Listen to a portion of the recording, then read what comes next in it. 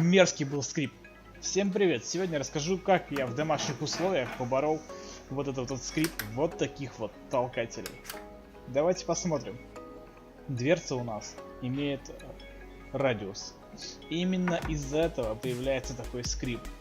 Потому что при закрывании и открывании дверцы создается трение.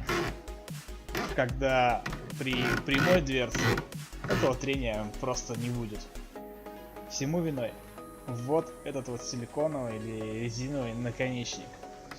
При трении он создает вот такой мерзкий звук. Мы его просто-навсего срезаем канцелярским ножом. Вот так вот. И, честно говоря, я думал, что этого будет достаточно. Но потом решил сюда вернуть вот такой вот маленький саморезик, чтобы получился своего рода типа такой металлический шарик.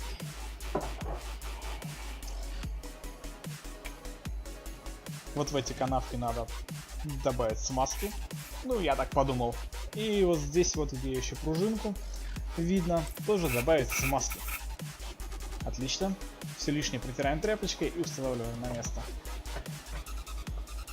Проверяем. О, уже лучше. Отлично. Скрипа нет, но есть трение. И я сразу заметил, что вот здесь вот саморезик царапает. Что делать? Все просто, надо что-то наклеить плотное. Что наклеить плотное? У меня валялась вот такая вот самоклеющаяся кромка для той же самой мебели. Отрезаем небольшой кусочек, примерно вот такой длины. Берем фен, обычный домашний фен, и начинаем греть. Зажимаем на струбцины, оставляем на какое-то время. И то же самое делаем на всех остальных дверцах, потому что в моем шкафу подобных дверц у меня тут целых 3. Проверяем. Ну, отлично. Да, на кромке то же самое, есть небольшая царапина, но я не думаю, что саморез в итоге ее протрет окончательно, а даже если это и произойдет, эту кромку можно легко заменить. Смотрим с этого ракурса. Вот видите, когда толкаешь дверцу, получается трение. Именно из-за этого трения получался такой мерзкий скрип.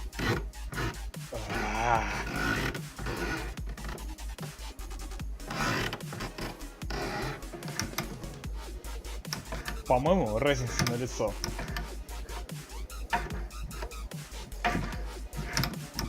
Теперь приятно стало пользоваться этим шкафом.